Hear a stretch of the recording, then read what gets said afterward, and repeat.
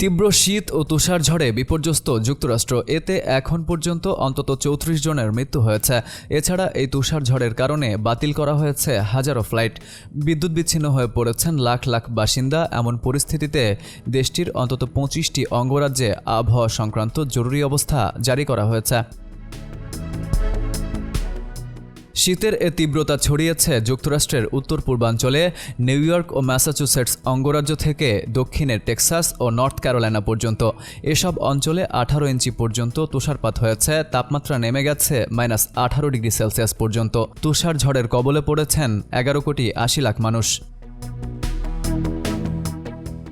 দুর্যোগের সবচেয়ে বেশি মৃত্যু হয়েছে নিউ ইয়র্ক অঙ্গরাজ্যে। সেখানে 5 জন মারা গেছেন।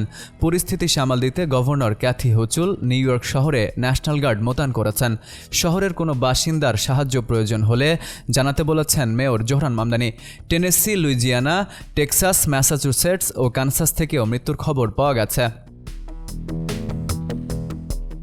তুষারঝড়ের কারণে গত রোববার যুক্তরাষ্ট্র জুড়ে 11,000-এর বেশি ফ্লাইট বাতিল করা হয়েছিল। গতকাল সোমবার এ সংখ্যা আরও বাড়তে পারে বলে জানিয়েছিল উড়োজাহাজ চলাচল পর্যবেক্ষণকারী ওয়েবসাইট flyhour.com।